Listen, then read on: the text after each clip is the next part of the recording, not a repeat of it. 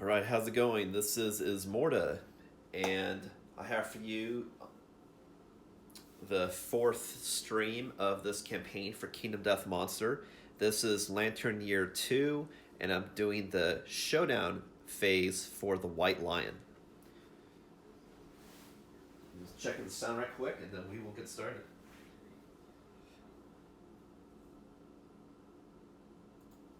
All right, looks good. All right, so this is a Showdown. I already have everything set up.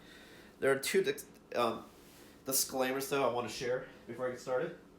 One is something that I found, a rule I almost did incorrectly before I started, and one is a rule I'm going to deliberately do differently. So the first one is, I did a quick scan of all of the rules this morning just before I got started, just in case there's some of the small thing I missed, since I'm out of the prologue. And one of the things I realized is you can't have gear of the same name unless it's a weapon. So, like what I did in the previous campaign playing with my brother, that I had multiple of the same charm, you can't do that, apparently. Which, you could argue the game's already super punishing, so who cares, but I'll definitely attempt it that way. Especially since in this campaign I'm having it so there's ways that I can give permanent stats to my people by doing light or shadow stuff, so whatever. Now the rule that I am going to change, just to have consistency with other mechanics that explain the game, is what happens to resources and gear when your characters die in a showdown or on a hunt. It had said in the rules that if you lose survivors for any reason during a hunt or a showdown, that your gear goes back to your settlement storage. Okay? Yet they said if you lose characters that are holding resources and you have no characters, the resources are lost. I think that's fucking stupid, to be honest. If you can bring your gear back, you can bring your resources back. And the fact that you've earned that stuff, and this game's all about settlement, that's super punishing. It's all about how this game's supposed to... The design is you have these bad things happen to your survivors, but the settlement grows and tries to survive. But if you're not adding stuff to the growth of your civilization, then it's not fruitful. And plus, tit for tat, if you can bring gear back, you can bring resources back, sort of thing. So that's how I'm going to play this campaign. And I'll make a note of it right now on my sheet also to show that's exception to the rule. And that's what I'm doing. Like, anything that I'm doing, I'm writing down on either character sheets or, like, see here, the settlement sheet. And stars here. Like, for example, that I have a civilization embracing light and dark special rules. The fact that I'm calling this oneness with Ismortah. And also I'm going to say that when you are caught, when characters die, everything goes back, not just gear.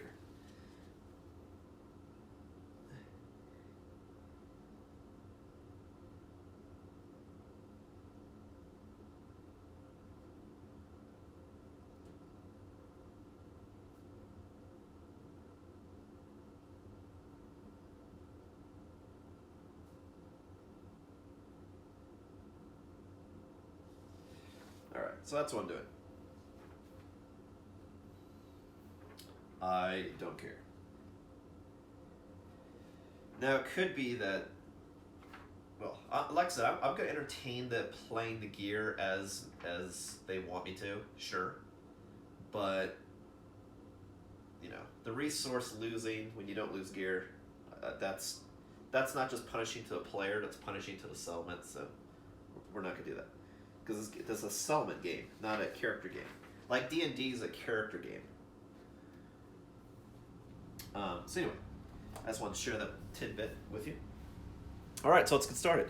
So, one of the other rules that I read is, whenever you do a hunt, the monster always goes first, and then the survivors go. The exceptions are if the monster gets an ambush or the players get an ambush. So normally when you begin the hunt, everybody sees each other and the monster it does something before the survivors do something. If survivors ambush, though, the survivors get to do their turn before the monster. Okay? But the monster normally goes first. So then if the monster ambushes, he'll actually take 2 turns before survivors, meaning he takes a turn, all survivors have no turn. So in this case, if you caught the last stream, I killed a baby lion cub, and because of that, the father ambushed us. You know what? I think I'll double check that to read if it was an ambush or if it's just starting the encounter. If it's just starting the encounter, we play as normal. If it's an ambush, then he actually takes 2 turns first. So let me just check that right quick because I did read both, so I just want to make sure what it actually was. Nope, there's no ambush. It just says the father lion shows up, begin the showdown immediately. So there was no ambush. There could have been an ambush if I had a shittier roll. Okay, so this is just a normal thing, but the lion goes first. Cool, so let's do it. Alright, so let me get dice. I already have, which is off screen, but that's fine, is other stuff that I'm storing, including bleed tokens, what I'm going to proxy for knockdown indicator, and what I'm going to proxy for if someone already took their turn, or actions, just so I can keep track. Which is something that, should have been added this game, but, I can use the stuff to proxy for it, so that's fine. For the monster controller, I'm having the first person be really whoever I want. If I think that lions could come after someone in particular, I can do whatever I want it to do. This here is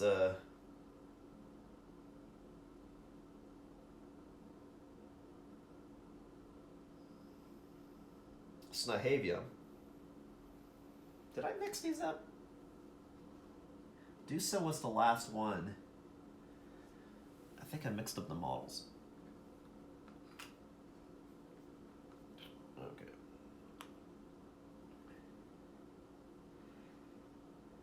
This is Citroni. This is Snahavia. So Snahavia's going to be targeted first. So I'm going to have a gain 1 insanity. Okay. Let me get the dice.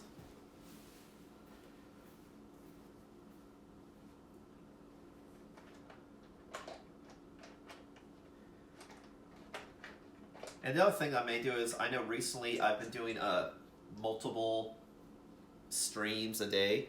That's because I get real excited. What I'm thinking I'm going to start doing is, do as many as I can during the week, but just have one video a night. That way I can upload the latest and everyone can see it at the same time before the new one comes out, if they're keeping up with me.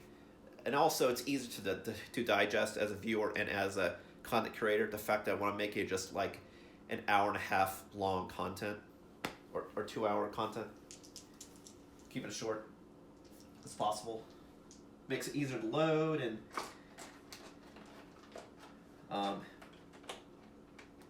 easier to watch and easier to upload to YouTube and all that stuff. Alright, so let's get all the dice out. And don't worry if you can't see the dice off screen, because you'll see it on screen when you need to see it. Okay, so first thing first, the lion is going to do an AI.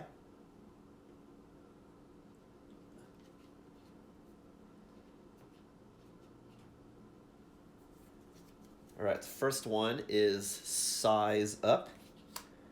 Pick target, random threat in field of view. So facing is this way. Field of view is anywhere not in the blind spot. Random target in field of view. Technically, everyone's in the field of view, so it's random. So I'll do 1, 2, 3, 4, 5, 6, 7, 8. If it's 9 or 10, I'll re-roll. So it's a 1, so he's still going to target her. And the action is intimidate target. The monster stares down its prey, turn to face target, which it is, and roll 1d10. And then I'll see what happens. It's a 7. On a result of 4+, the target suffers 1 brain damage per monster level and is knocked down.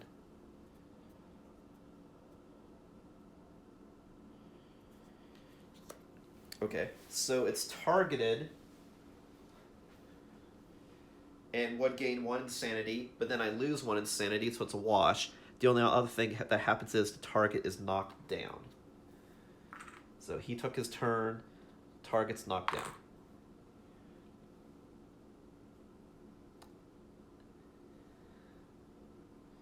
Okay. And what I'll do for the monster controller is I choose who's first, and then I'll just go clockwise so it's easier to remember around the 4 grid squares. Okay, so that's the monster's move. She's knocked down, unfortunately, but is okay. So that's the action. Now it's the survivors. Go.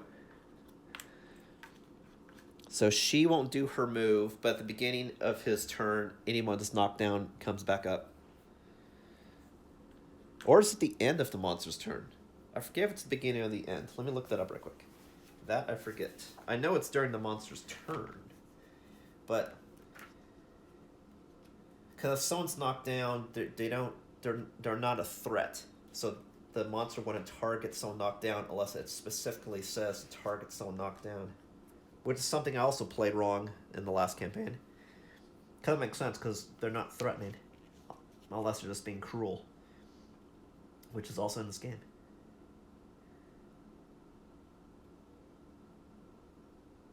They stand at the end of the monster's next turn. That's why it was a little confusing. It's not just the end of the turn, it's the end of the monster's next turn. Okay.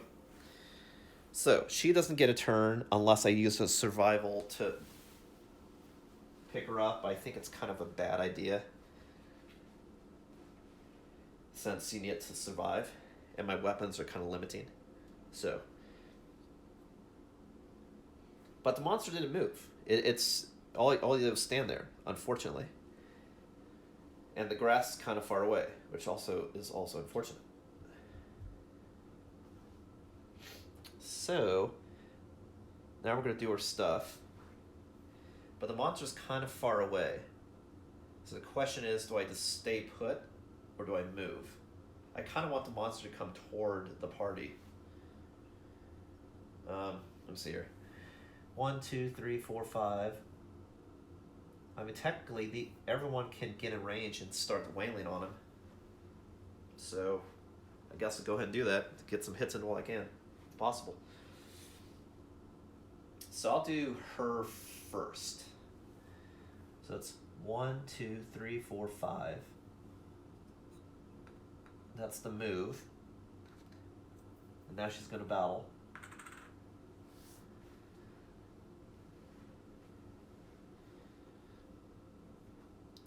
So she is using, that's Dusa, and she rolls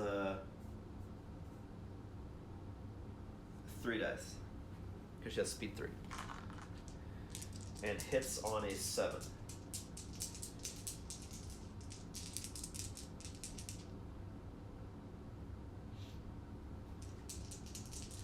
And I'm using the founding stones. I could punch, but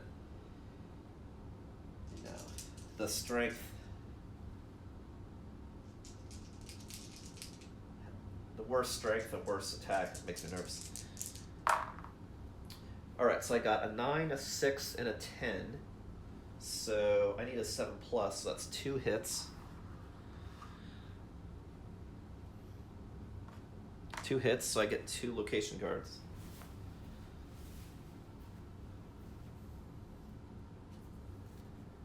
We got the Beast's Elbow and the Beast's Maw. Both have penalties if they fail.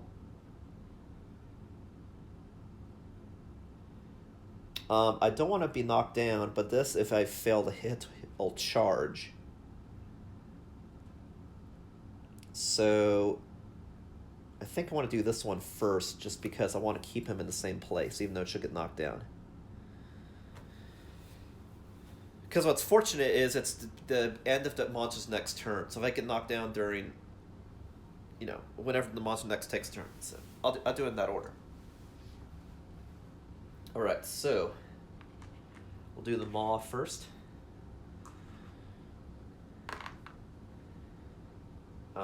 To hit, I'm going to need a strength +1. And to hit, I need an 8, so I need a 7 or greater to hit. So that's a 5, so that's a miss. Unfortunately, now we do the failure. The monster roars triumphantly. Roll 1d10. On a 4+, the attacker suffers 1 brain damage per monster level and is knocked down. It's a 5, so that's a 4+, so 1 brain damage and knockdown, unfortunately. But at least stays in one place. But since I'm knocked down, I can't do the other attack.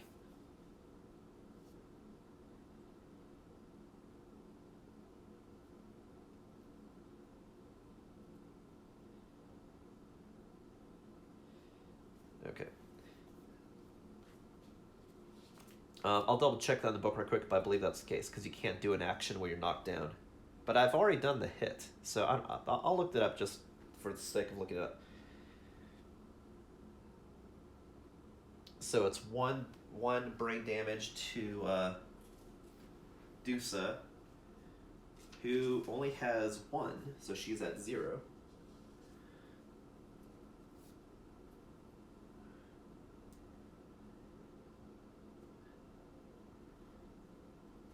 And you can't use a survival during an attack that I'm doing. It's more like reactionary. Okay, so she has 0 brain damage. Okay. So let me look up, if you're knocked down, if you could still do something or not. Alright, that week. So I looked up all the rules, but still there's like little edge cases. If you're knocked down, can you do your other attacks, is what I'm basically looking up. The remainder of the attack is canceled. Yep, alright, that's what I thought. Okay, so next up is one of these two dudes. I think I'll do this one first. That way if he charges in, it'll be closer. And that way this guy can move in. So 1, 2, 3, 4, 5.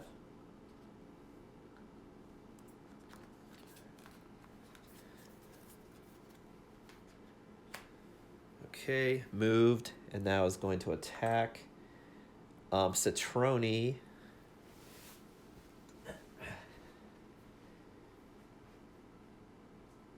uses 2 dice, but just has more luck.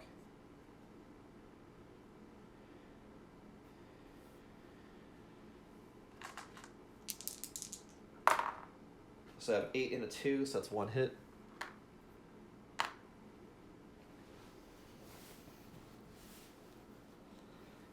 And you know what? Yeah, so we got 1 hit. We got the Beast Femur, which is a good target. There's no reaction or anything weird.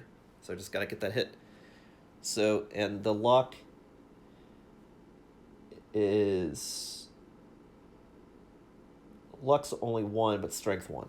So I need to hit on a 7, and I crit on a 9. And it's a 10. A natural lantern. Holy shit. Critical wound. The wound lands on the monster's leg. Critical wound. You bruise the white lion's femur, crippling its graceful movement. The white lion gains a -1 movement token. Gain 1 random white lion resource. Awesome job. Okay, so I'll record the hit. And then this goes here as a permanent thing.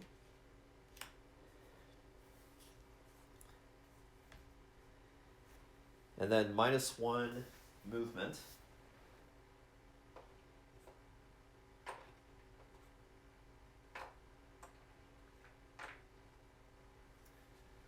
So it goes a little bit slower. And then also get a random resource.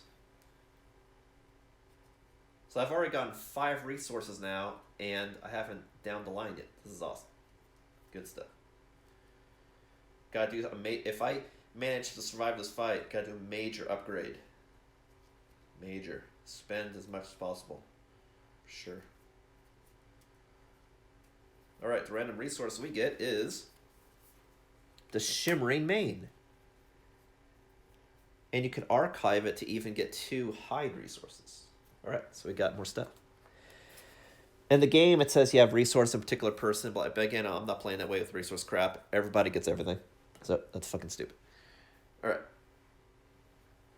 So that was the attack. There was no retaliation, which is awesome. So now I have 1 person left to attack. So I'll go in 1, 2, 3, 4, 5. Alright. Which is dangerous because if he charges this person, but it's more likely I would think they would charge this person. But we'll see.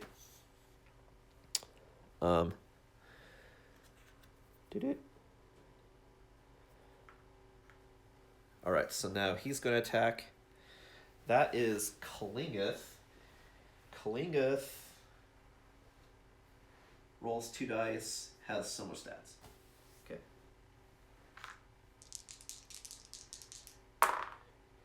We got a 10 and a 7, so that's 2 hits. Actually, one of them being a perfect hit. I just don't have any bonuses for that.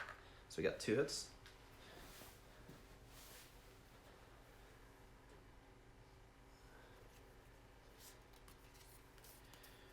We got the fuzzy groin and the fleshy gut.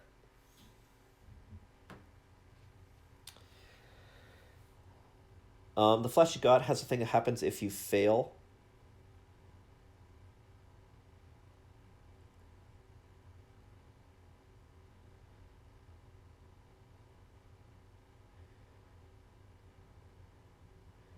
So I'm going to do it in this order.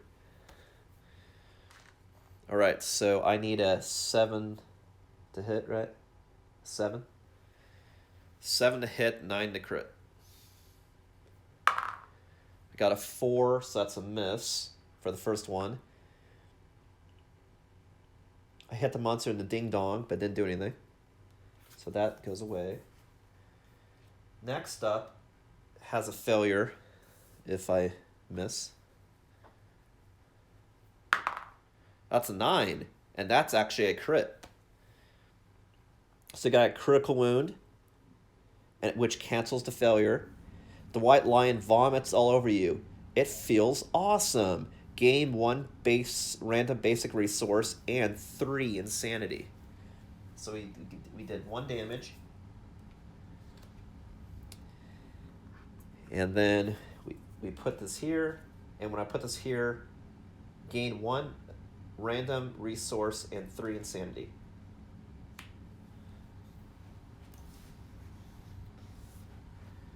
So the random resource we get is Sinew. So we got Sinew, and then who was that? Attack Kalingeth gets 3 insanity. He was already at 3, so now he's at 6. You have to be at least 3 to be insane. So the only person that has dangerously low insanity is Dusa, actually. Unfortunately. Cool. So I believe that was all the attacks. Good stuff. So now it's the monster's turn. These go away. It's the monsters go.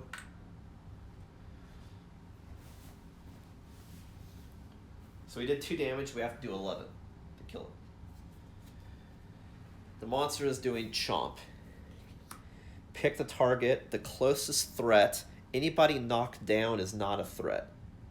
So the closest threat that's facing. Facing is above this line, so this would be the target. And I got to rotate this clockwise. So the next priority would actually be Klingeth, but Klingeth is here. So the target is Citroni. And he does a move and attack, which then has something after the hit that he always hits the target's head, which is not good.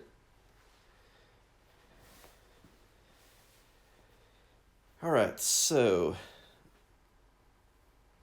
he rolls 1 dice, hits on a 2+, unless I have any sort of evasion, which I don't think I do with that character. No. It's a 1. It's a natural 1. Fantastic. That's a miss.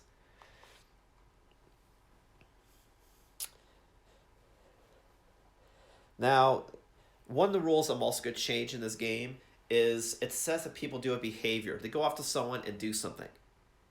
Now, what's a dumb rule in this game is it said that if someone completely misses an attack, they then get another free attack.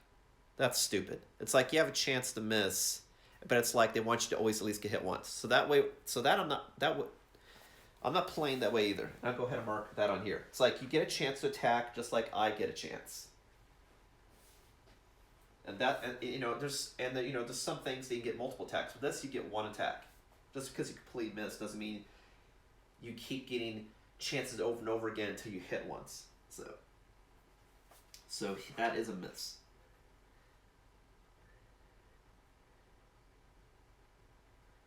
Knowing that is no free basic attack monster if no damage AI attack.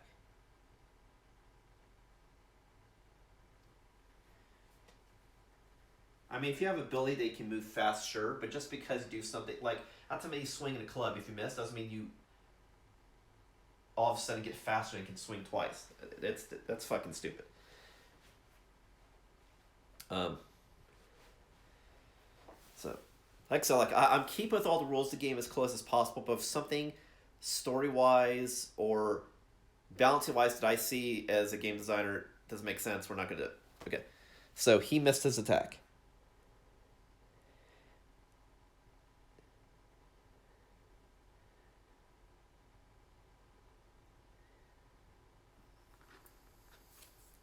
After a hit, he would do Headhunter, but he missed his hit. So that's the end of the monster's turn. So now it's back to us, and these guys come back up, and I'm actually in great position to do some more damage, which is cool. And we already got 6 resources. Fucking amazing. Gotta keep up the pressure and hope I don't get any traps. Okay, so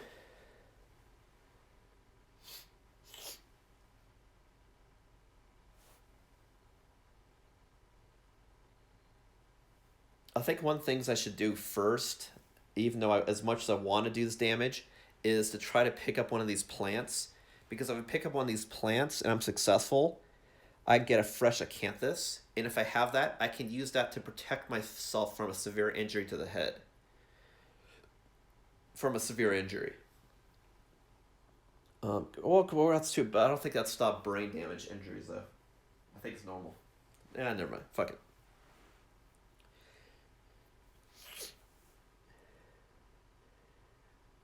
One, 2, 3, 4, 5. Yeah, everyone's in range.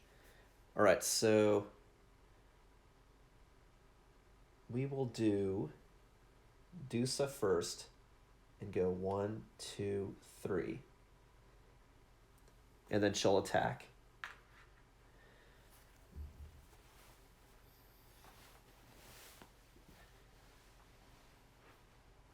Dusa rolls 3, less luck, but more chances to hit.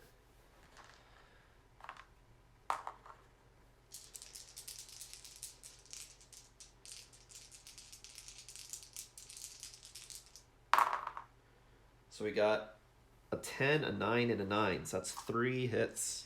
Awesome. Really hope I don't draw a trap card. That's one of the bad things about getting too many hits. He has a higher chance of losing it. So I hope I don't. We shall see. Alright. So I got Beast's Ear, Beast's Ribs, and Beast's Back. One has something that happens if you wound it. So I want to probably have that be toward the end. The other two happens if they fail. That there'll be a charge or a jump back. Shit, these aren't the best ones.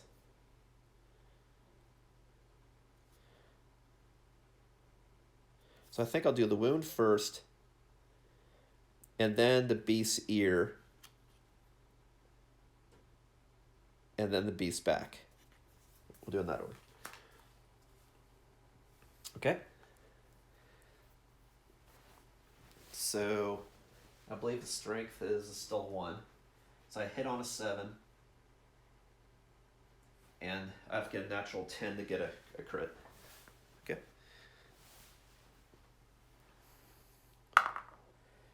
It's an 8. So that's a hit. So I get rid of another AI card. And then wound.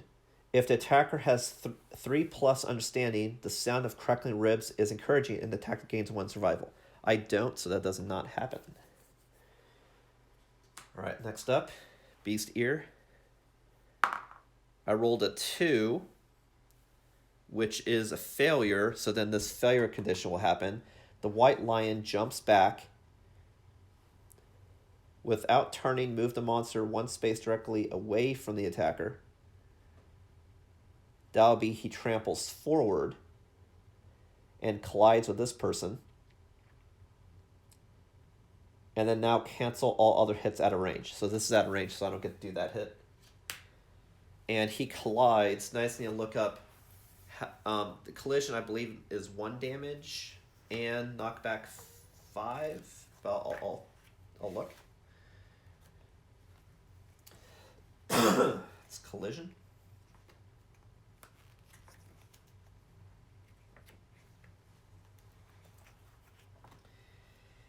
If a monster moves through a space occupied by a survivor, they collide and the survivor suffers collision. If a monster ends its movement on a survivor, they collide, the monster suffers collision, and knock back 5.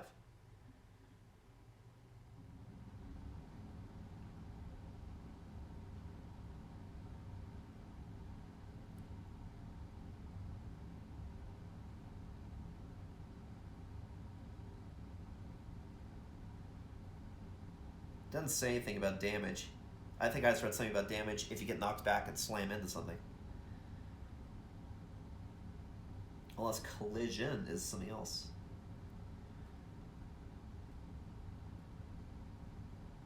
Yep, so they get knocked back 5 and knocked down is all. So 1, 2, 3, 4, 5 and knocked down. But at least in a place that you can evade. And then the monster moves 1. Okay. So that's the end of her turn. That's the end of his turn. So I got 2 more chances now. So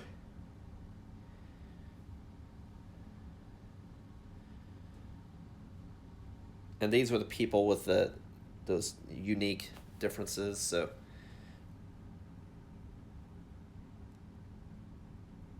well, I mean, they all have luck. What was the difference between those 3? They all had luck. She was the one that had something different, right? Yeah. So Turing just had more items, but has the same stats. Okay. So I don't want to cause another collision here, so I think I'm just going to have attack from the side, but get a little bit closer, so like attack from there. And then we'll roll for it.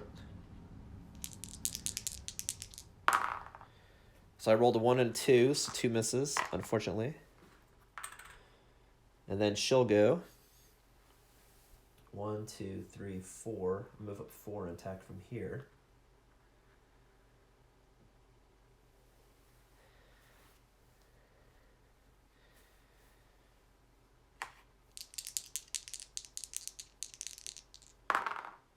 A 3 and a 4. Nope, 2 misses. So, unfortunately, well, I mean, I got a hit. So far, I've done 3 damage, and I have to do 11. So, all right. So now it's the monster's turn.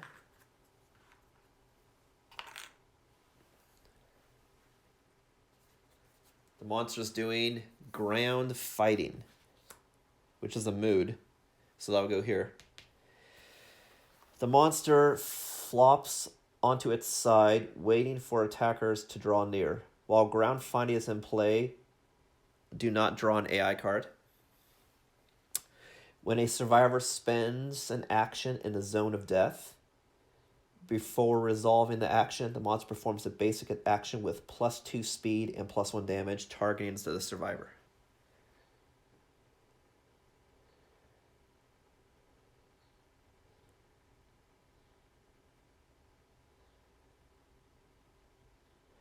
I'll have to look at that once their turn. So if he doesn't draw an AI, does he then take no action, or does he by default do a basic attack? I'll have to see. When a survivor spends something,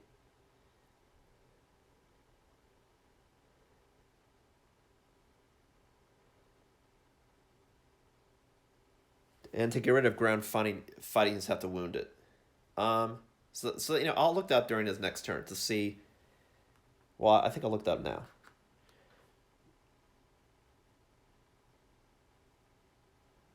So this is the AI. That's his action. They just gain defensive stance.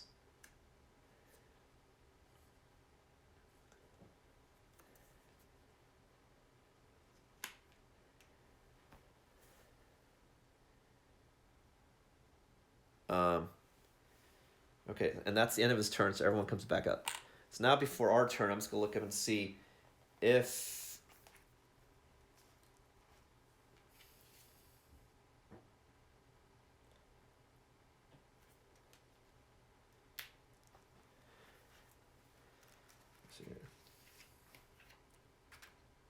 It's not crystal clear. It's like, what I know is like, does he just sit there until he gets attacked? Or does he still attack as normal?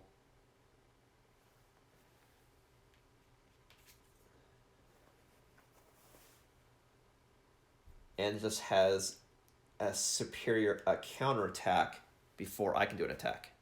I think that may be what it is.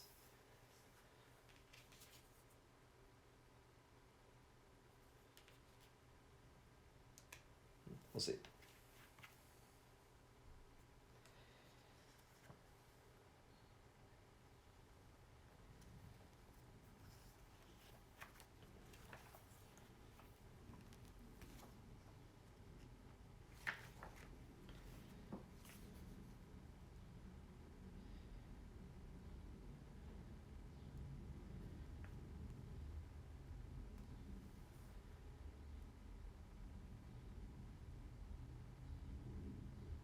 What it says here, you only draw an AI. You only do a basic attack by default for their action if they have no AI cards.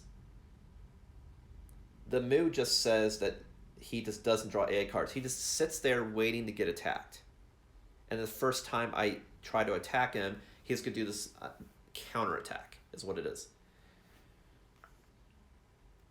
So while he's delayed, I could pick up all of this stuff here first, and then go in for a strike, is what I could do. That's what I'm going to do. I'm just going to use the facilities right quick, and I'll be right back.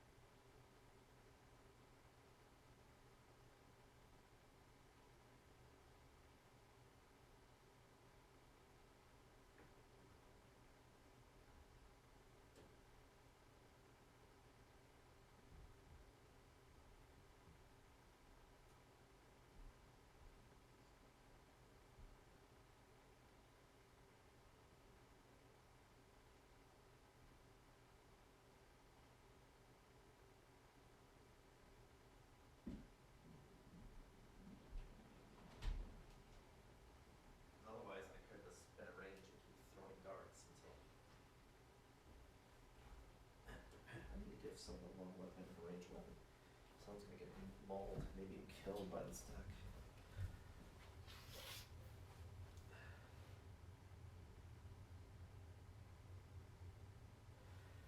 Alright, I'm back. It looks like the best way to counter that move is just by a range attack. It's like a cat that has its feet in the air. So it looks like he's going to sit there and wait for me to attack him once, and then he's going to brutally hit somebody.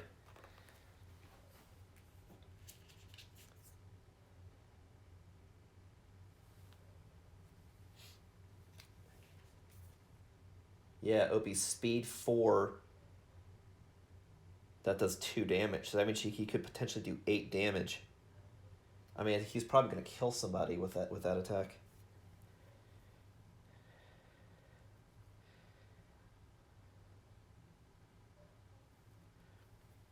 It's a counterattack before. And I don't have any ranged weapons. Actually, it's not true. I could throw one of my shards to crit him out of range, and actually I may have to do that, because then I can get a guaranteed crit and remove this fucking mood. That's probably exactly what I'm gonna have to do, unfortunately. Otherwise, my guy's gonna instantly die. Yeah, I think that is the move, actually. Alright, so let me see who I want to lose their shard. Let me see.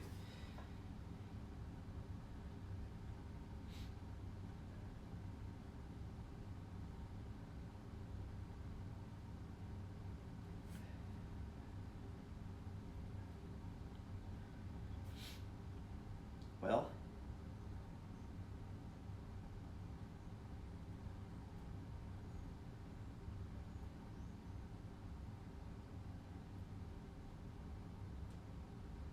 I think I'll Snahavium do it.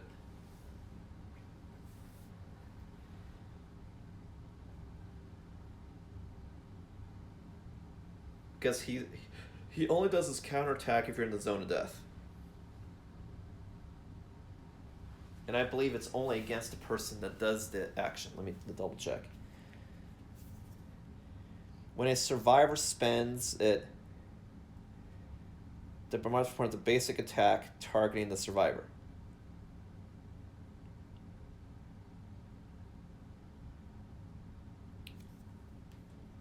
Right, which I'm not doing. I'm targeting from outside the zone of death, so it's not going to trigger. Okay, so she's going to back up just a little bit to be outside the zone of death. Actually, maybe I'll go ahead and place her here so she's ready for that too. And now she's going to throw her Founding Stone, which says,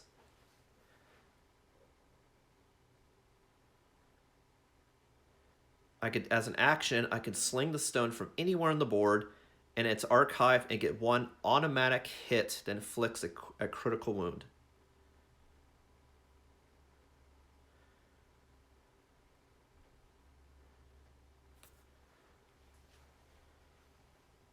Alright, so this is archived.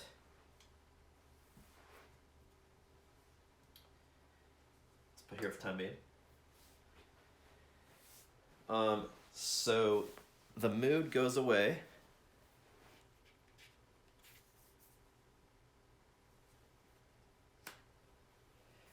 And then I get 1 hit, get the hit location, which is Beast Tail, and it's an automatic critical wound, which cancels the reflex. So that's the Beast Tail, critical wound. The White Lion's tail is destroyed, ruining its finely tuned balance. The White Lion gains a -1 accuracy token. Gain 1 White Lion tail, White Lion resource. Awesome. So I get 1 hit.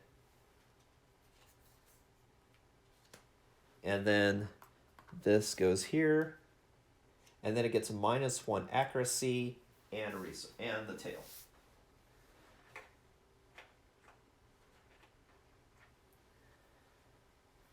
That means it's now harder for the monster to hit our guys.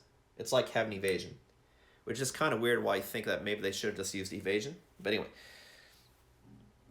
And then I get the white lion tail. Cool. I've gotten so many resources just by everything other than the reward for the victory. It's awesome. So many resources. I think we're at 7, 8. We're at 7. Crazy. We gotta live. Gotta do this. All right. So he got hit, got the penalty, got the resource. That was a great attack. I hate to lose that, but you know, that would have been instant death. And then I got a free resource out of it, so you know, you can do what you gotta do to survive. Alright, so next up, and now she just got off to punch for the rest of it. Next up, I'll do the safe one, and unless I want to do an action and pick this up, I kind of want to do that.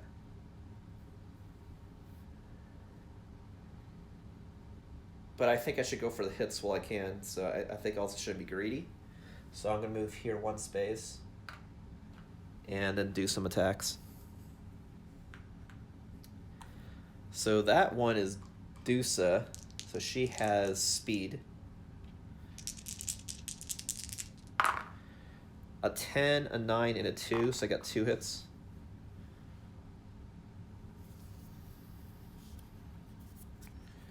We got Beast's Brow and Beast's Temple.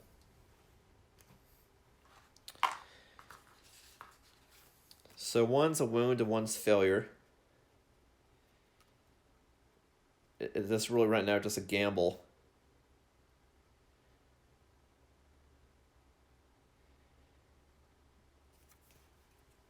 Yeah, and these and you're only supposed to keep this in play if it tells you. So really these 3 don't keep in play because the persistent thing is these tokens, which is already there.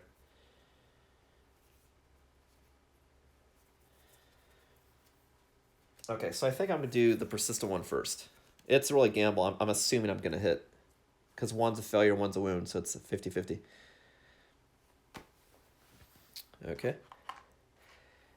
And I believe this was luck 0, right? But hit on 7.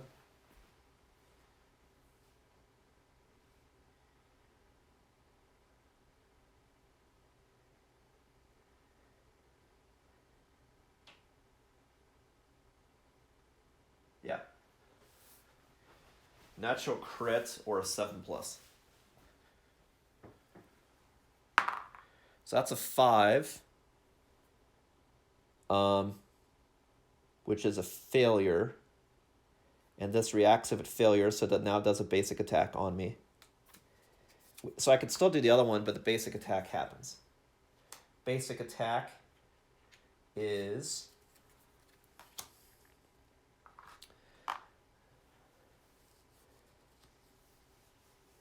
closest, it does a basic attack on the person that did that.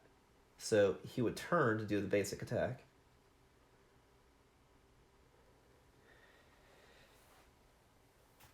And then it's speed 2, but accuracy now is a 3+. So unfortunately, it's 2 hits. So we got the head and the chest. Head and chest on Dusa. She could definitely survive the head and the chest. So I don't think I want to waste a survival on that. So 1 damage to head and 1 damage to chest.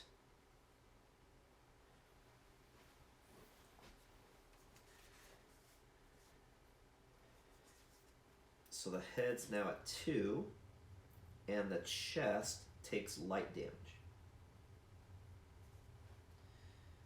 Okay. And now I get to do my other attack. That was like, it was like a counterattack, like, reaction, shit.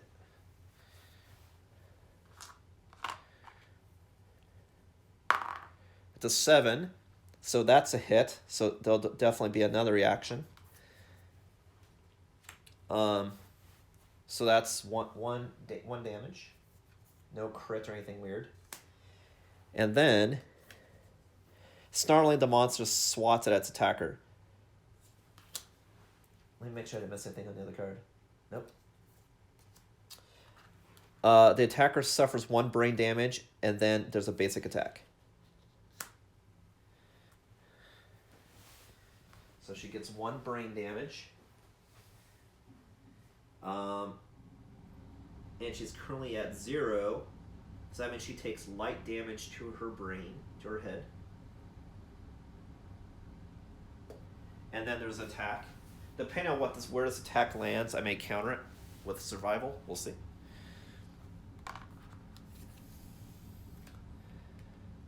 Same thing, 2 dice, but with accuracy, so it's 3+. So 2 hits, which lands on the head and the foot. But it's only 1 damage, so I could still absorb it.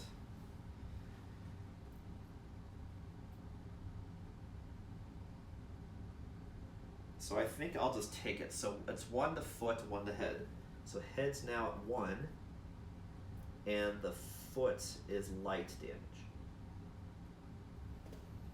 Okay. Not great, but not super deadly, so that's always a plus. All right, so then the last attacker is here. I don't want to get behind so it doesn't rush, so I'll still attack from side to stay there. Attack, 2 dice.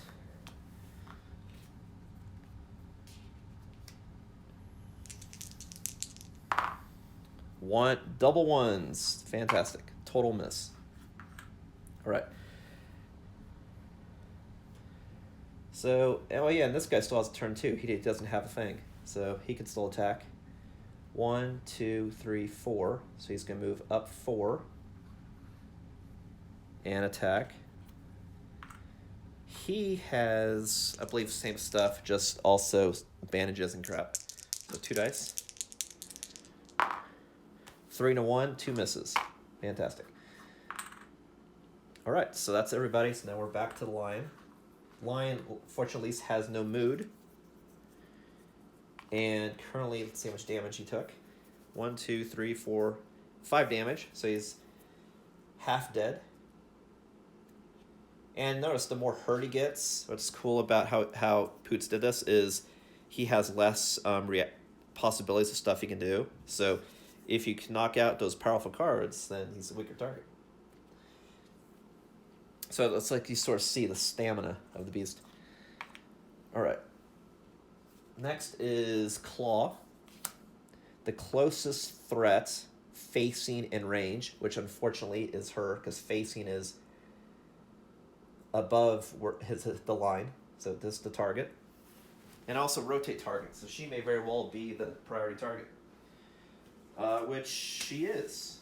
So she gets 1 insanity. Because I'm rotating this, which you can't see, the clockwise on who gets the monster controller. So she gets 1 insanity. Because it's pretty insane having this lion attack you over and over and over. Most likely there's going to be survival used on this one. We'll see. So Claw. Speed 2. It's basically like a basic attack, how it reads. He hits on a 3+. One of them is actually a miss. He rolled a 5 and a 2, so it's only 1 hit. And that's to the chest. 1 damage to the chest. Let's see if I want to take that. She's already been hit in the chest once before, but it'll just be knocked down. So I think I'll just save it. So I'll do heavy, and then she gets knocked down. Save the survivals where they count, but she's knocked down. But the good news is then she won't be a target, because you're not a target while you're not a threat. When you're knocked down, you're not a threat. All right. Okay, so now it's the survivor's turn.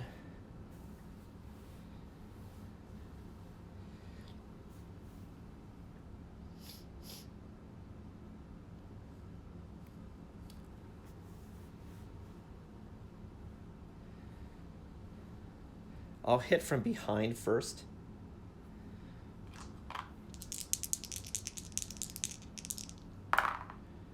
That's a 2 and a 2. Total miss.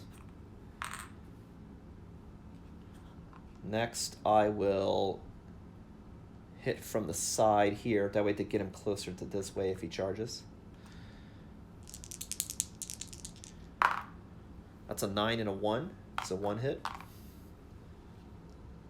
We got the beast flank. Something happens if I wound it. Natural 20. Natural lantern. That's a crit.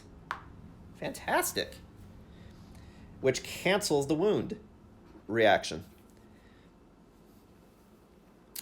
The white lion is knocked down. And while the white lion is knocked down, you hit on anything a 3+. So I'll keep this out just for the rest of this round. But do the 1 damage. And then I'll reshuffle this discard deck.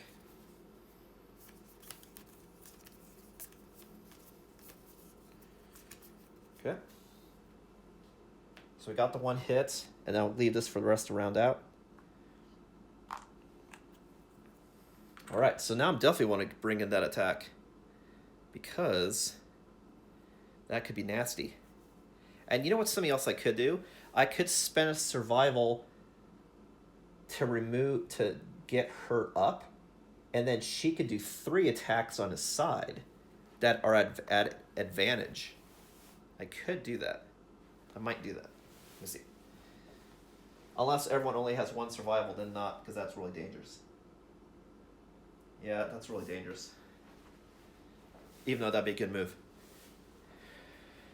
Alright, so instead we're going to move just to the butt. And then 2 attacks. But they're going to hit on a 3+, regardless. It says right here, like, all hits regardless hit on a 3+.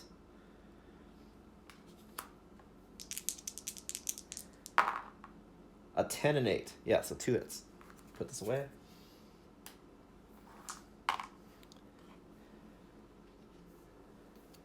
We got Soft Belly and Beast Tricep. One's a failure followed by an attack, so I'll do the Soft Belly first because that's also persistent injury.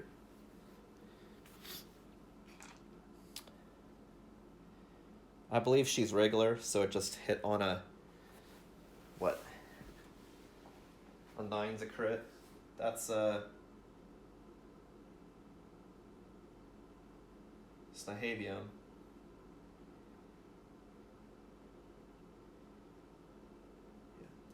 Yeah, a 9 to crit.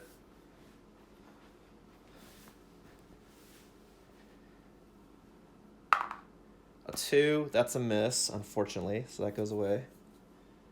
And then the other one is a 6, which is barely a miss. So there's a failure. Perform a basic action against the attacker. Okay, so he's going to turn and attack.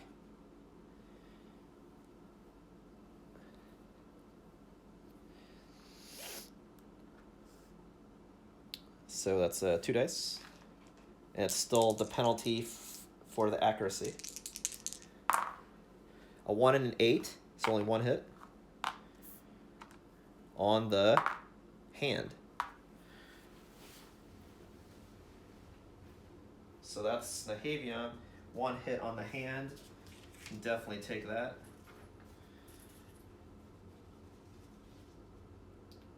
Light damage to the hand.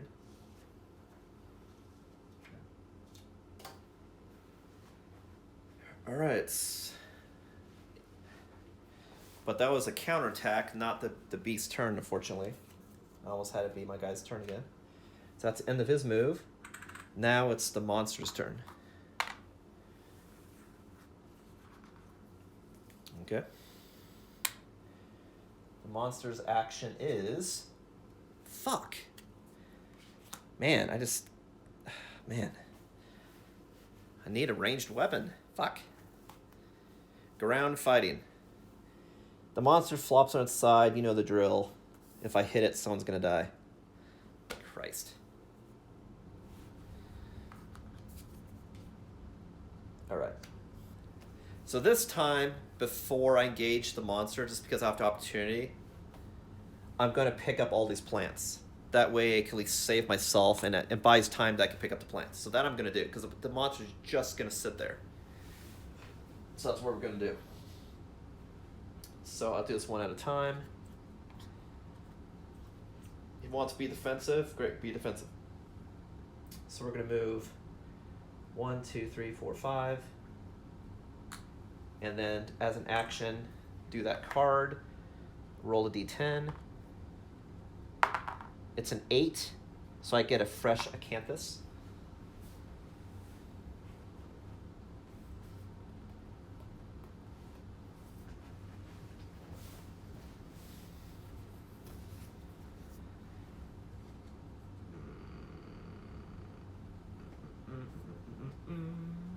I think counts as a special resource.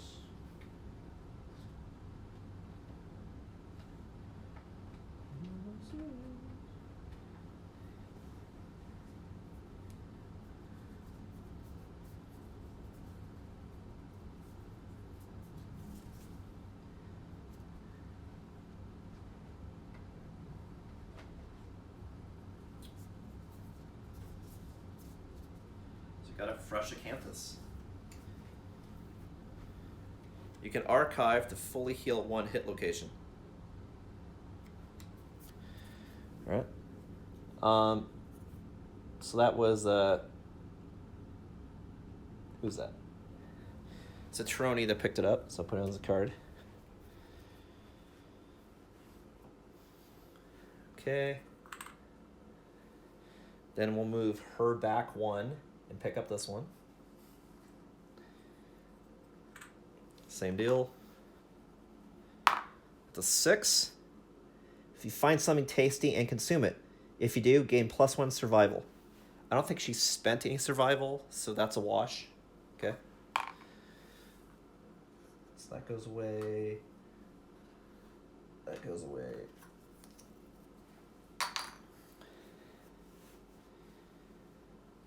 Okay. 1, 2, 3, 4, 5. And move.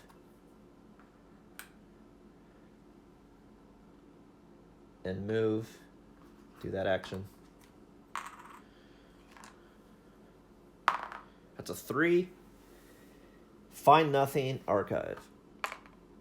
Alright. So I found 1 plant so far. Now I'm going to waste another turn with the cat there who sits there in a defensive position and do the same thing.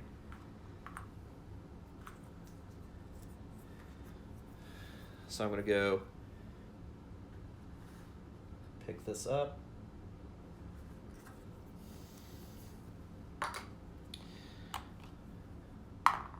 That's a 10, so I get another acanthus.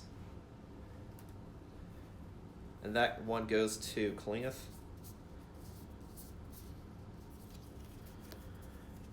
Who is over here. Oh yeah, and this is still rotating. So it was your turn, now it's Naheem's turn. Okay.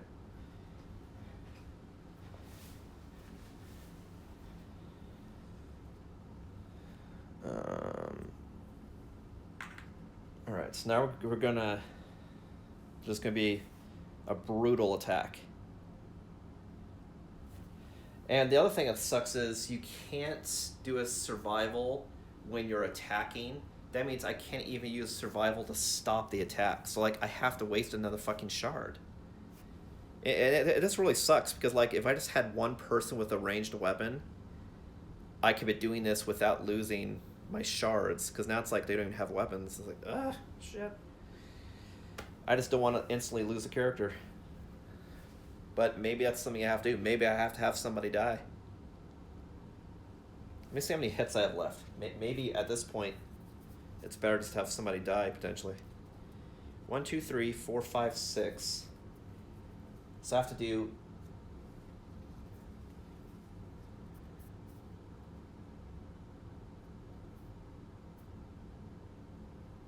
If I have to do 5 more damage. Oh my god. And see, the problem is, if when I get rid of AI cards, if I don't get rid of ground fighting, he'll keep getting that back again and again and again and again. That's what I'm worried about. Fuck, man. You know, do what I gotta do. Do what I gotta do. Alright, so let's get in a good position. So let's go. And I can wait a whole nother turn before I do it too, which I think I'm gonna do. So let's go 1, 2, 3, 4, 5. 1, 2. 1, 2, 3, 4. And then this will go 1, 2, 3, 4, 5.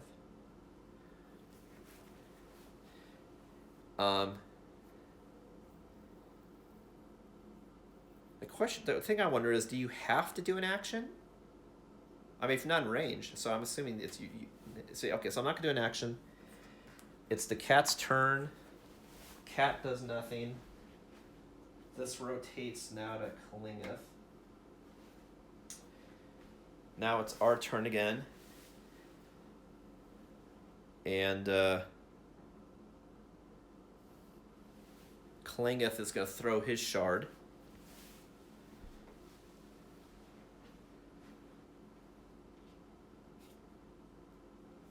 That's archived.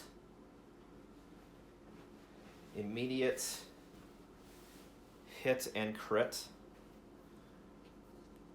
The hit is Beast's Paw. Hopefully that's good.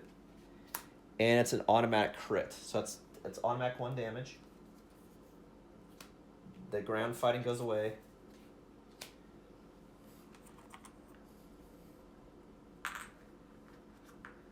And critical wound. Your attack destroys the white lion's foot. It loses its leverage. The white lion gains -1 movement token and gain 1 lion claw white lion resource. And then it has persistent injury, broken foot. I can ignore grab. So he gets another -1 movement.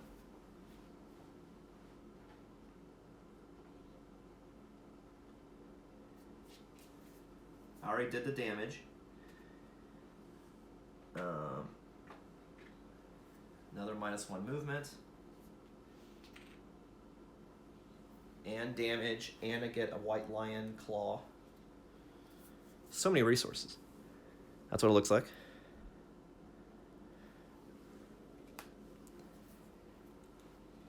And the persistent injury that he can't use grab. All right. And now I can safely target him with everybody else. So I'll do the butt first. So I'll do Citroni. And I just gotta hit him 4 more times, if I recall. 4 more hits to kill. I really need to get rid of ground fighting. Oh my god.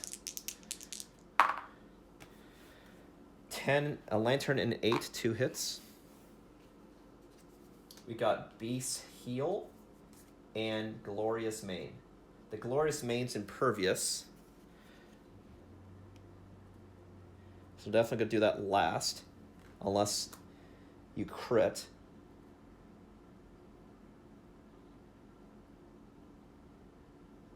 So I'll do it in that order.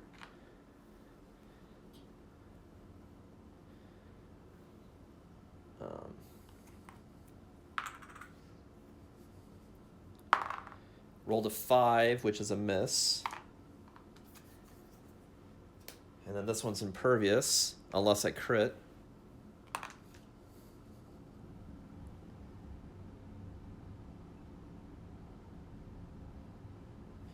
And when you do a critical when something impervious, you don't deal damage, but you can still do the effect. What it says. So it's a 4, so that's a miss. All right, next up I will do is try to kite him this way. So I do her.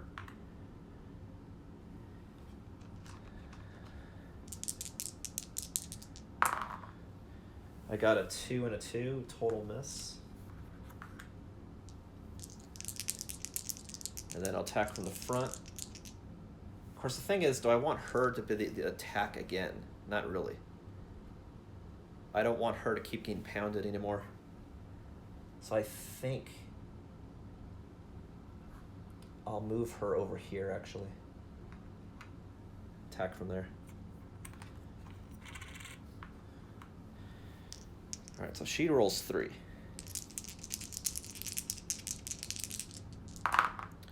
Four, 4, and a 7, so 1 hit.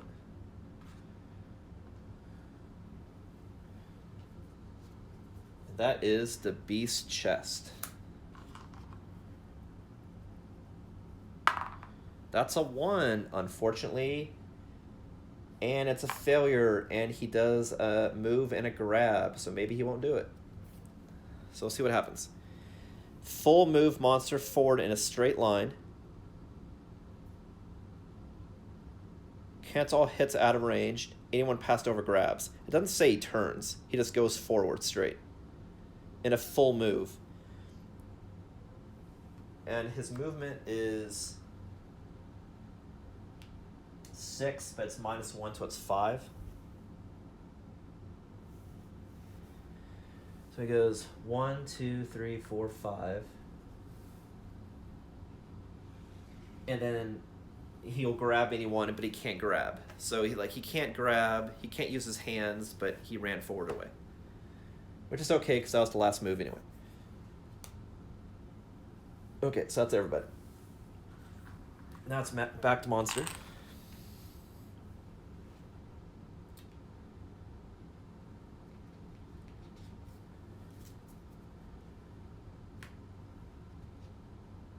Oh, I'm sorry, it's -2 movement. That's right, now it does -1. So you want me to do that? Alright, next AI is Chomp. The closest threat facing in range. No one's facing. So next, the closest threat in field of view, which is everybody. Technically, the closest threat would be her, which is Snahavium.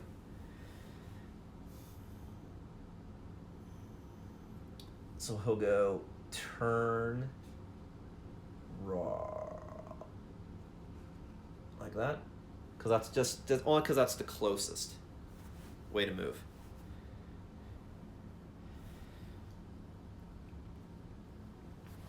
Oh, that's right. I removed this again in case she's the target. No, it's Dusa. Okay.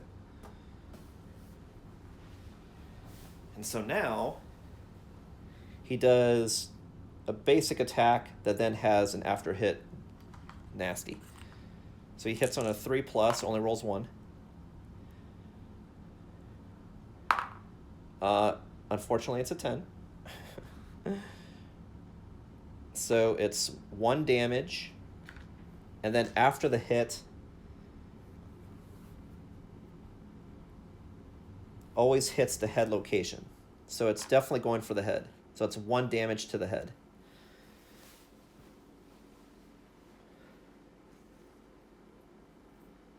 And that's on Snahavium. 1 damage to the head. So she takes 1 damage. She has no protection, so she gets knocked down, but she's still okay. I could have dodged it, but I'm going to save that for if I have to, sort of thing. So she gets knocked down. And that's it for this guy.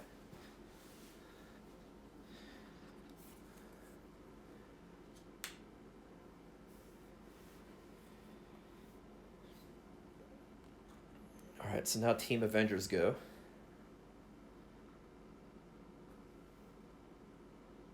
So I'm going to have everyone circle around. So I'll go 1, 2, 3, 4, 5.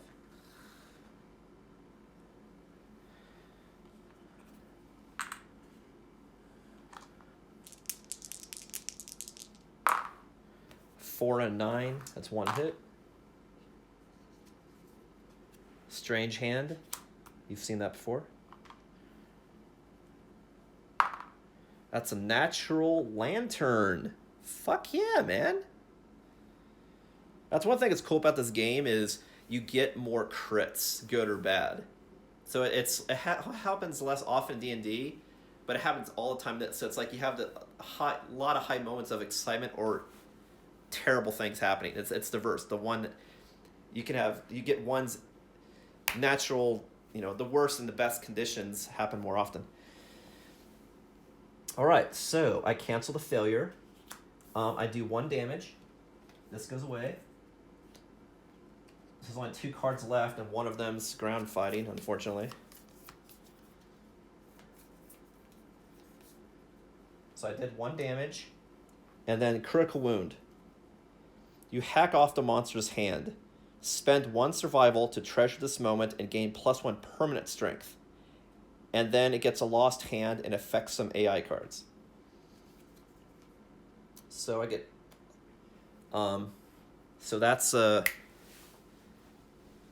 Kalingeth. That's going to spend a survival to get +1 permanent strength.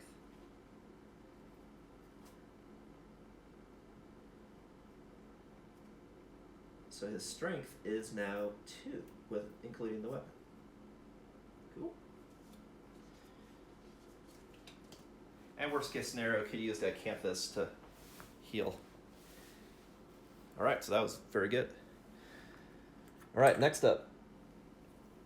Let me just take a 20-second break, get some water. Very exciting. And he's almost dead. I just man, I'm really getting punished this game for not having a throwing weapon. It's like you kind of need to have something for every situation to get you out of a situation.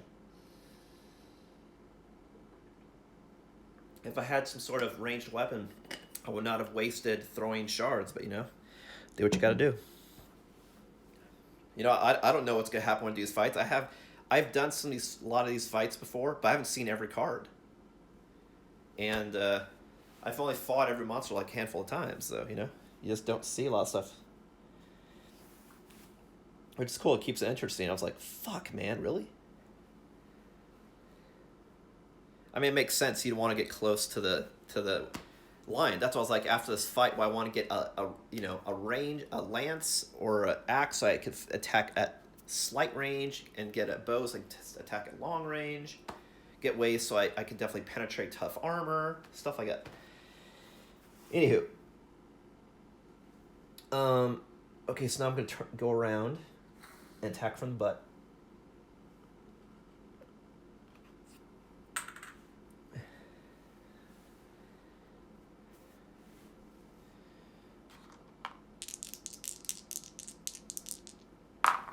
That's a 4 and a 10. That's 1 hit. Base scapular deltoid.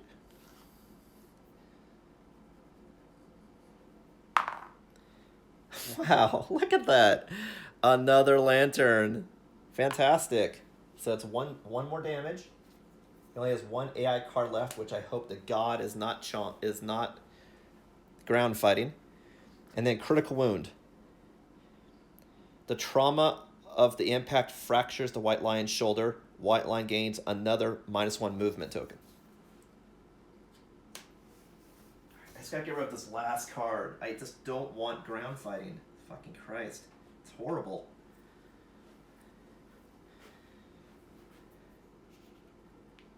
At this rate, though, I might sacrifice a dude just because I can't afford to lose any more of this. Alright, so now move in with her.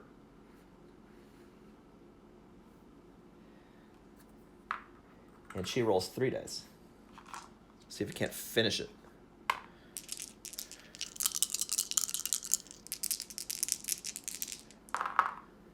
A 6, a 2, and a 7.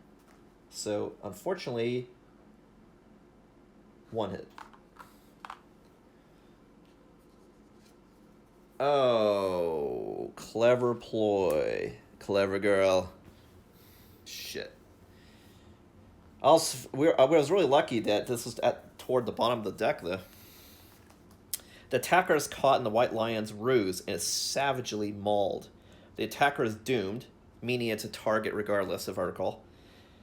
And you well, no, doomed means you can't spend survival.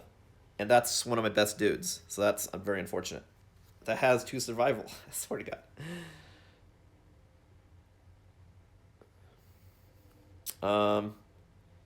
I can't spend survival, and it's a basic action.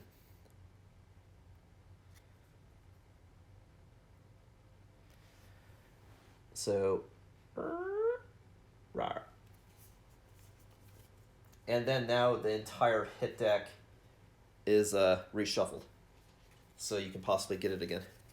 Not the AI deck, but the hit deck. And again, the hit location deck is the places on the monster's body where it shows where you're hitting the creature. That's what I'm shuffling. So I'm shuffling that, and then I do a basic attack. But she can't spend survival, so it's like a counterattack. But it's not even a counterattack. It's sort of like he saw me coming, sort of thing. It's like not even a counter. It's a preemptive.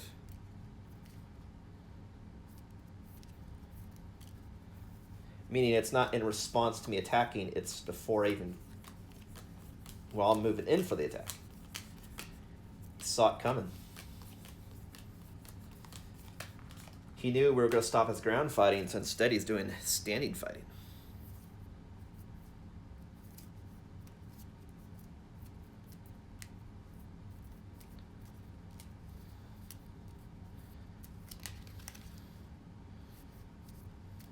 Alright, so we got a new hit location deck. Now it's a basic attack. Hopefully she doesn't die. 2 attacks. The monster has -3 movement, -1 accuracy, and has a lost hand and a broken foot.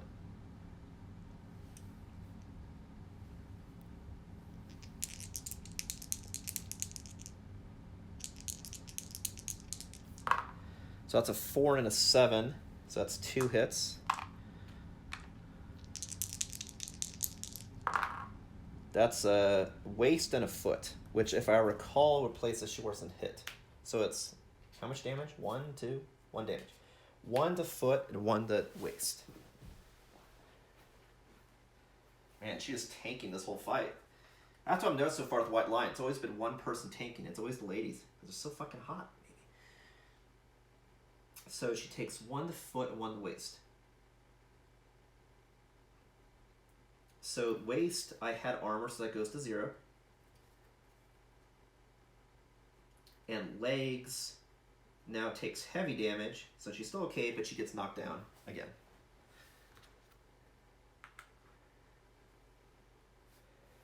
So now it's the end of the monster's... No, that was the attack. That was me. That's the end of her attack. Alright, so now it's the monster's turn, which I hope to God is not ground fighting. Otherwise, I'm just going to have to sacrifice somebody. Oh my God. At least now she can spend a survival point, though. You can spend survival knockdown. Oh, thank God I got rid of it. Thank God. Chomp. It's still bad, but at least I can do something against it. Closest threat, facing a range. She's not a threat because she's knocked down. Facing, so that doesn't work. Closest threat in field of view. It's not him. It would be one of these two. Actually, that's a blind spot, so he has to target him. All right, so it's 1. It's speed 1, hits on a 3+. It's a 5, so that's a hit. It's hitting the head. That's not good.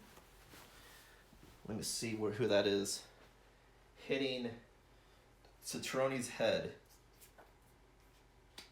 He can take it. He'll get knocked down. Yeah, he'll get knocked down, but he's fine.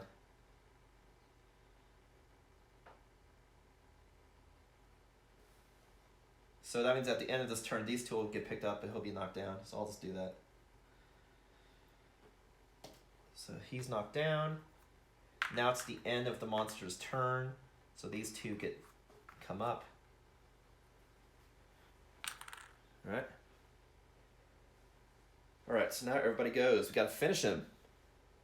He only has 2 hit points left, and the only AI card he has is Chomp, which is relatively weak. So just gotta seal the deal. So I'm gonna hit in the back first.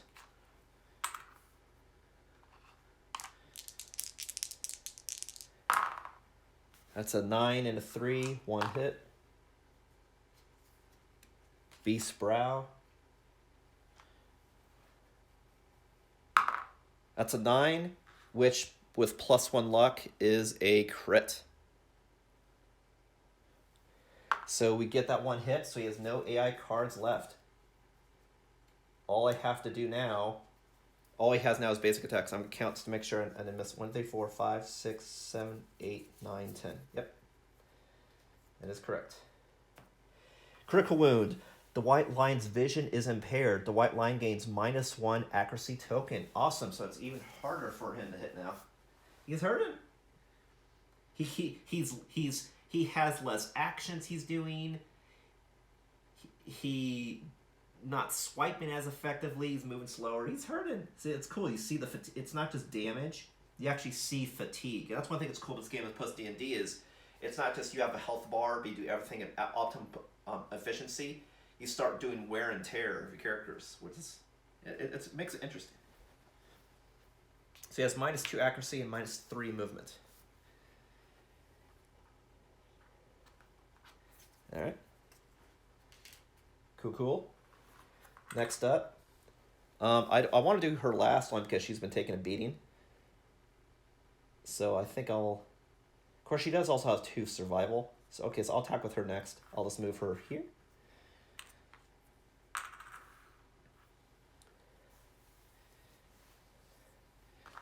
So she rolls 3. I got a 1, a 1, and a 5. Wow, that is fantastic. He did good. All right, next is him. He's going to just move once over here.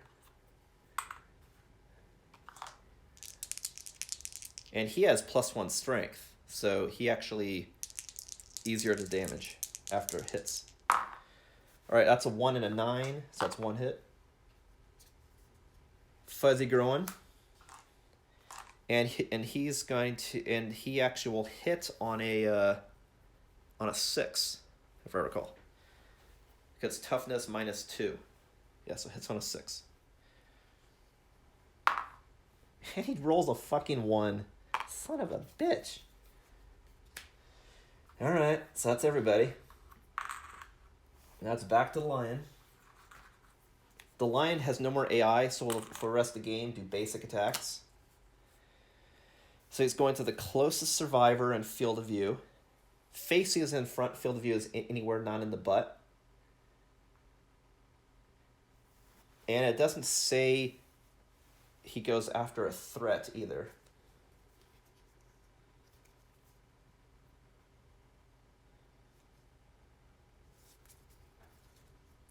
Like if it said threat, it wouldn't be her.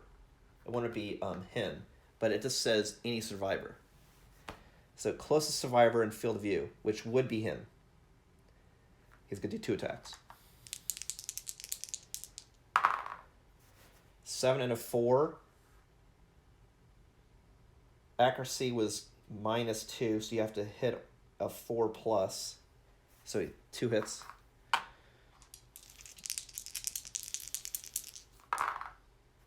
So that's to waist and the chest. Waist and chest on Citroni.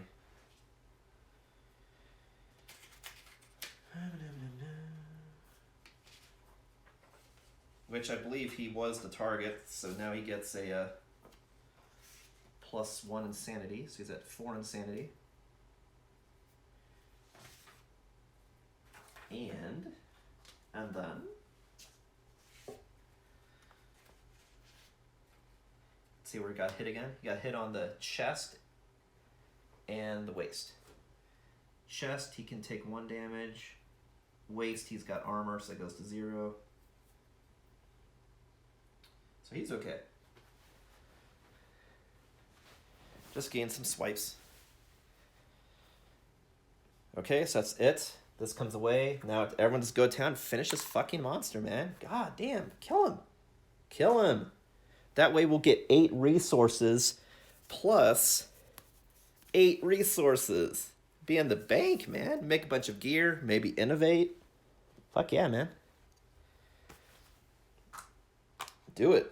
Okay, so I'll do the safe one first to do her.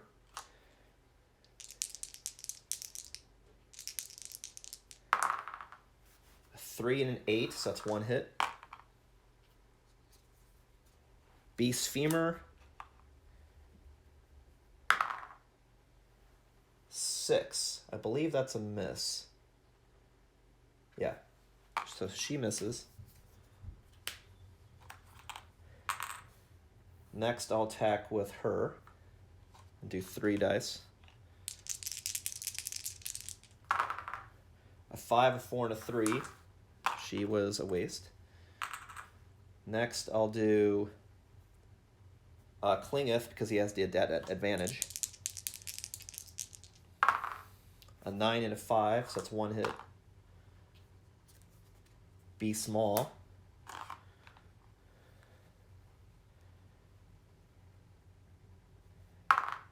Seven, so that's the last hit. He hits on a 6+.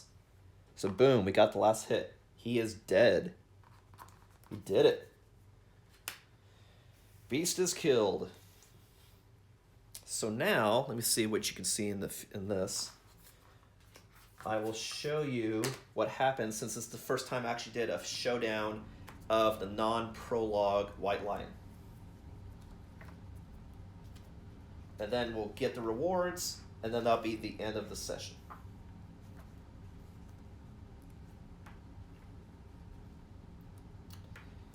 All right, here we go.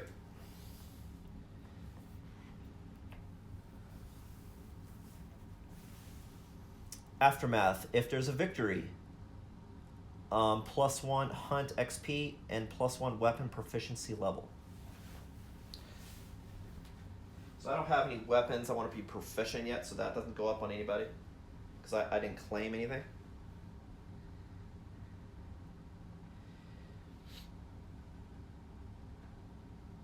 Hunt, everyone goes up 1.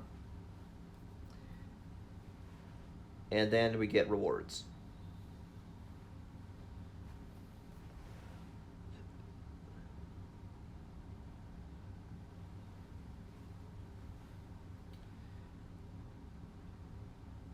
So that goes to 2, that goes to 2, this goes to 2, and this goes to 1.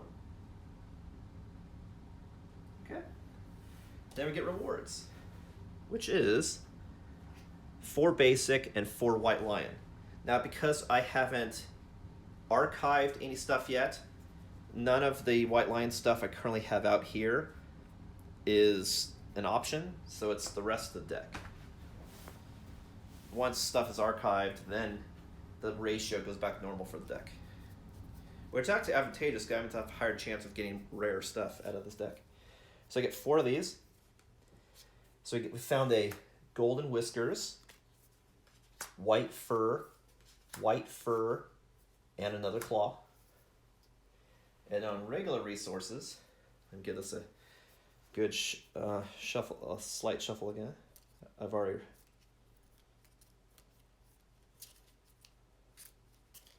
Oh, I believe I think I may have pulled something from the deck, but I'll shuffle this just because.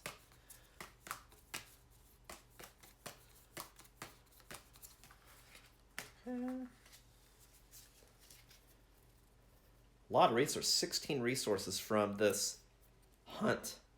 Great, from this lantern year. Amazing. Double.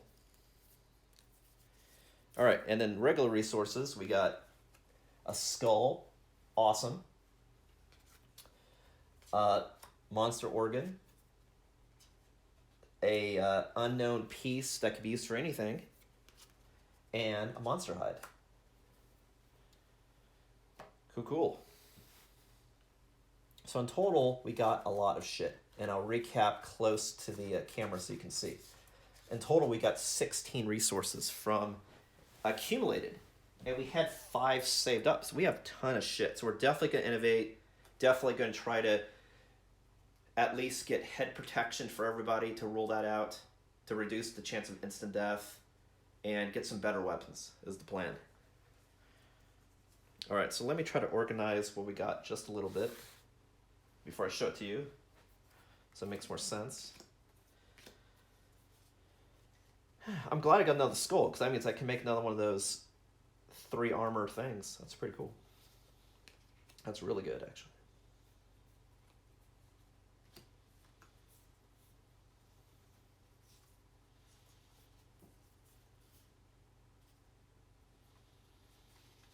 All right. I'll put cat stuff in the front, followed by regular, and then have the wild card in the back.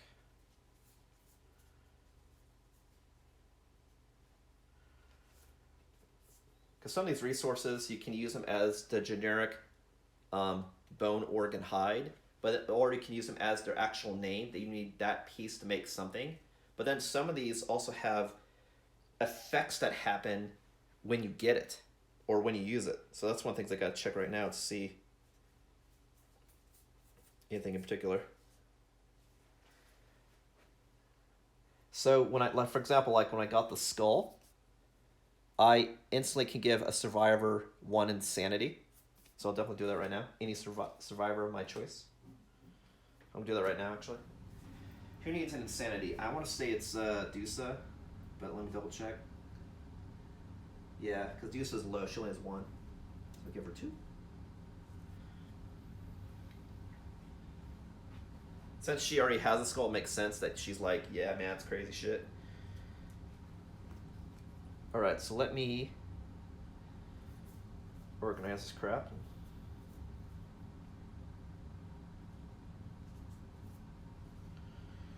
Organize this shirt.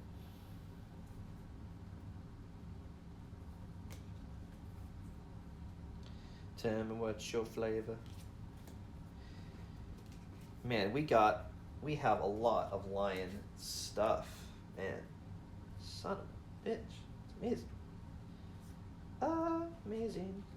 I don't think I've ever gotten the golden whiskers in any game ever either, so that's just an entirely new piece that I've never seen.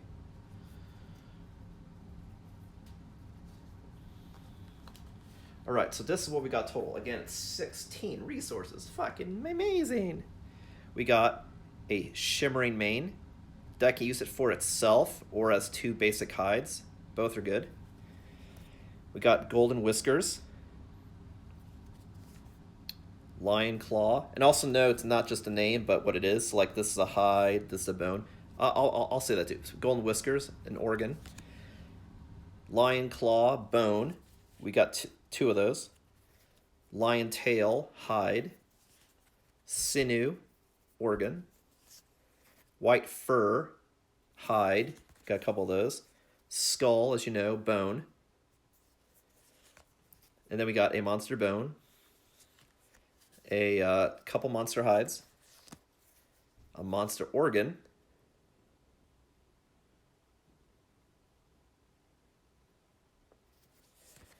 Love juice, which is an organ, which I'm definitely going to use to burn to do for free, do intimacy, without chancing failure or wasting endeavor. Then we got this piece that can be used for anything, bone, organ, or hide, and then a scrap. A lot of stuff. Crazy. We got a 4th of it from the hunt itself, then a 4th of it just by attacking the monster, stuff falling off, and then half of it as a reward. So I don't know if you play Monster Hunter World, it's very similar. Like, you can find stuff in the world, you can get pieces off when you're attacking the monster, and then get pieces as a reward. And that's why you may have noticed I'm playing both right now, because I'm just total into this monster frenzy. Fucking cool. They both are very similar. Except this one is, the other game is PG-13, whereas this game is a hard R. I would almost say it's borderline single X just because you see genitalia. Borderline. Cool. Alright, so we got the rewards. Now I'm just going to archive the stuff, and then that's going to be the end of this stream. So for the next stream, that's when I'm going to do all of the settlement phase. As far as what happens when they return, the settlement event, any story events, and crafting gear and doing endeavors. That's what that one's all about.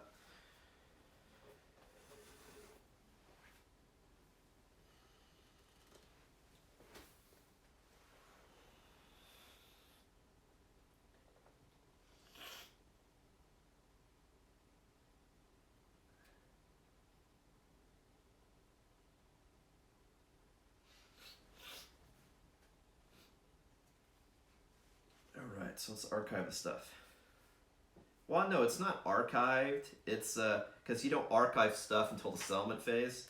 It's I have these cards, so really that's actually it. So I'll just keep these cards separate. Oh, and I was wrong. We actually got more than that because we also got 2 fresh acanthus. I forgot about that. So if anything tells us to waste any resource, we could sack one of these in place, which is cool. And I could also use this to make that acanthus stuff that gives a bonus when you're in combat. But yeah, I forgot about that. We got plants also. Yeah. So that means we got 18 resources. Fucking crazy. But very cool. But the bad thing that happened is I lost 2 founding stones. So one of the things I absolutely need to make this next run is give 1 or 2 people ranged weapons that they can use. That way, I mean, because, like, you know, this is sort of a crappy weapon, sure, and I'm upgrading everyone's weapons to be better than this shit. But what sucked is this is a guaranteed hit and crit, and there could be monsters down the road, especially Nemesis Encounters, that you really need that. But, you know, it definitely helped out here. I got tons of loot from it, so it was worth it. It just, you know, I wanted to keep everybody alive. What can I say, you know? At least for right now, because I wanted to make sure I got all these rewards and didn't, like, fail this battle. Because it's, like, a fantastic opportunity. Everybody will have better stuff starting when I get back to the settlement. Well, thanks for watching, everybody. Again, you can see a settlement phase for Lantern Year 2 in the next video, which will most likely be tomorrow. So tune in then, and thanks for watching. And if you want to see any of the previous episodes, I'm starting to put the previous ones up now, the highlights on Twitch, and then following that YouTube. So keep an eye out so you can rewatch or see it if you missed this live stream. This is Ismortah. Thanks for watching.